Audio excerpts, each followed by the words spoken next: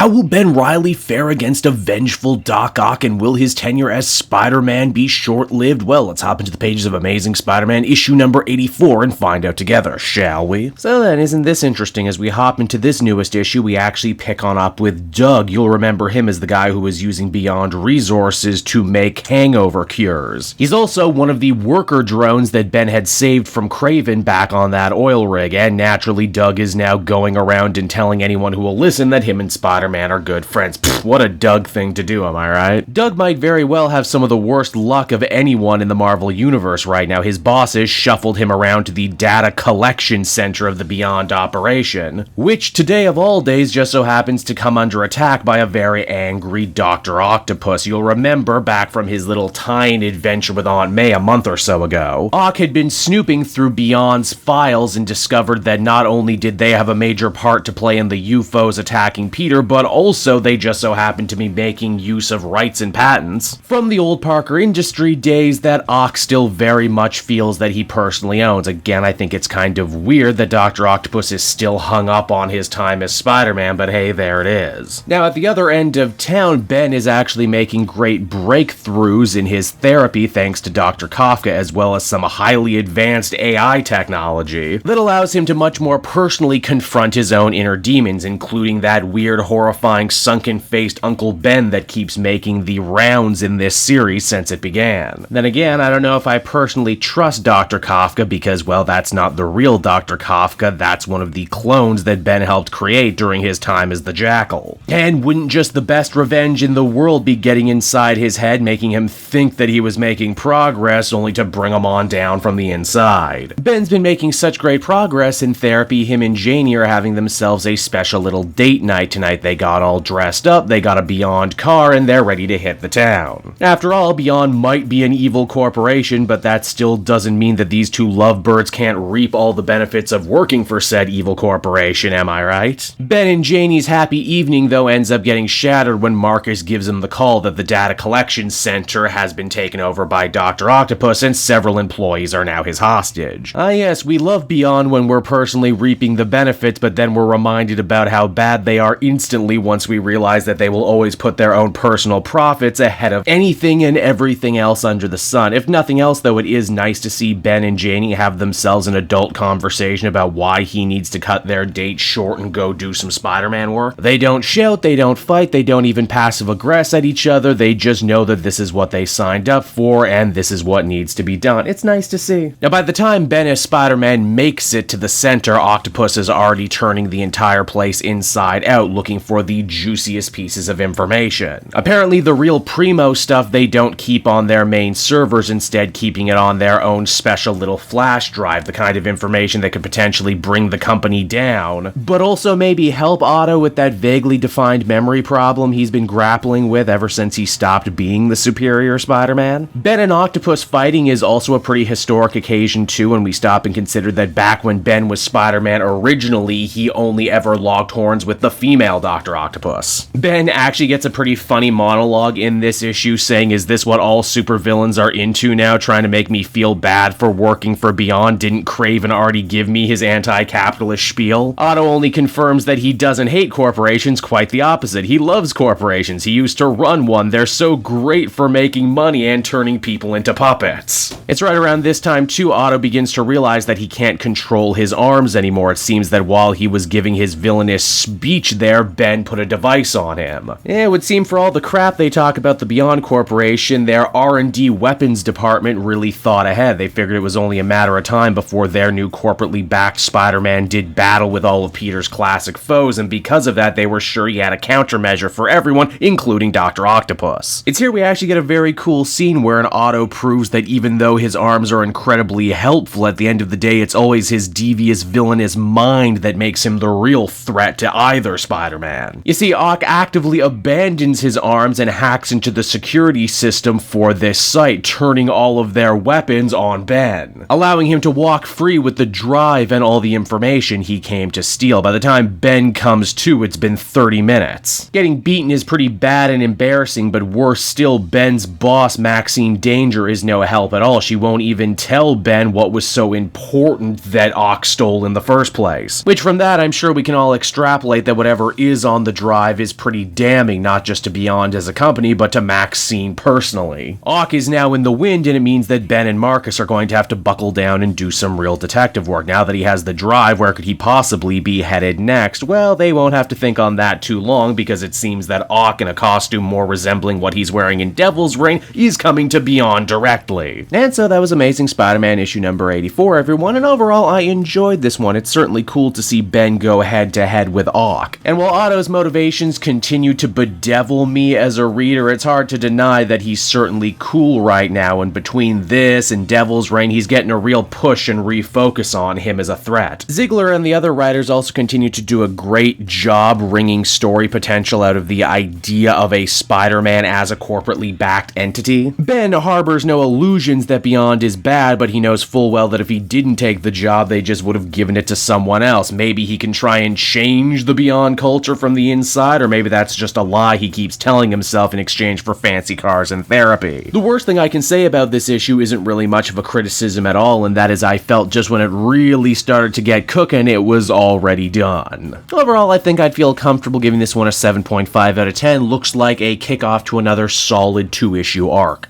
Hey there everyone, it's your old pal Cape Jewel, and if you're seeing me right now, that means you watched to the end of the video, which I am very appreciative of. It really helps drive engagement and retention and all that other good YouTube stuff. So does liking and commenting. Wink wink. If you like my content too, you should check out my Patreon page. We just redid all the tiers, so there's a ton of great rewards. You can become a patron for as little as $1 a month, and well, it would just really help me out. It's never expected, but always appreciated. So until next time everyone, I've been Cape Joel, and I will see you next time. Bye-bye.